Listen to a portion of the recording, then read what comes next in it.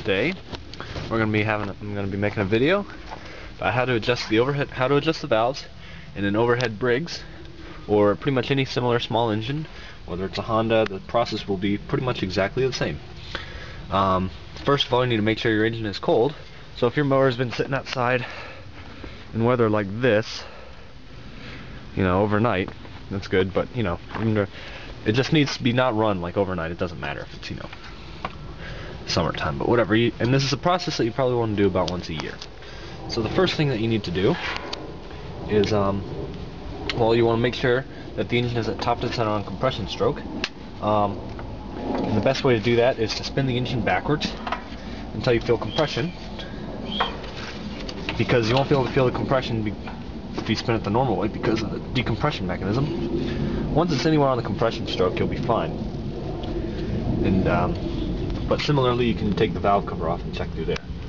But the next step is to take the valve cover off with those 4 screws.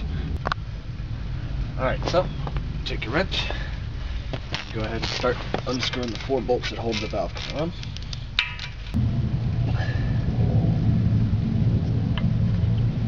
Once you get the 4 bolts out, this cover just comes right off. Now you'll want to have a nice set of feeler gauges.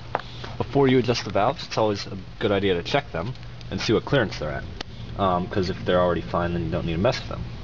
The intake valve should be at 8 thousandths and the exhaust valve should be at 10 thousandths. So basically, to check that, you just take this one right here, is an 8 thousandths.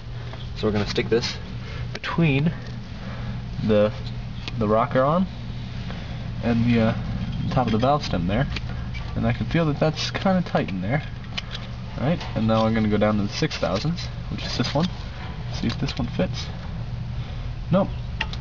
Oh, there it is. So the intake valve is at 6 thousandths, because 6 thousandths fits with a tiny bit of drag. Well, I guess I just didn't have it in there correctly the first time, because now at 8 thousandths it's in there perfectly, and there should just be a slight amount of drag. Now we're going to check the exhaust valve with the 10 thousandths feeler gauge. That's this one. I'm just going to stick it right into there.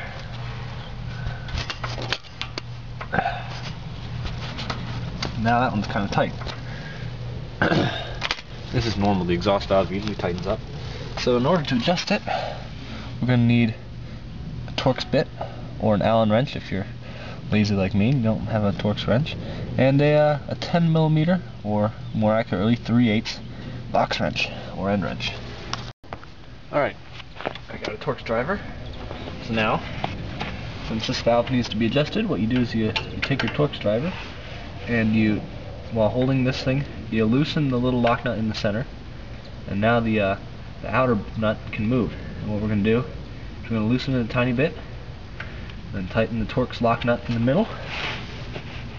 And you just need to move it a tiny bit. Now you see I loosened the 3/8 nut in the middle.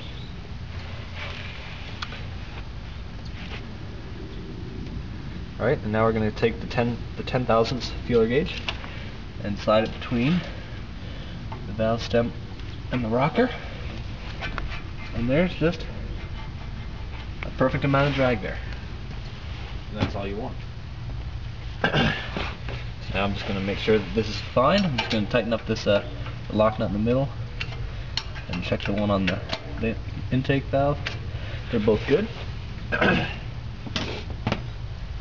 Now, usually what happens is, usually the exhaust valve tightens up and you'll have to loosen it, and the intake valve, if anything happens, then it'll loosen and you'll have to tighten it. And that's just because I don't know how the engine runs, but that's usually the way they are, and that's, in my experience, that's usually what you end up doing. And now in my case just now, the intake valve didn't have to be adjusted, and that was nice, but the exhaust valve had tightened up a little bit, so now this will start right up. So what the next step to do is take your valve cover. If you want, you can put a bead of silicone around here. Usually you don't need to get a new gasket.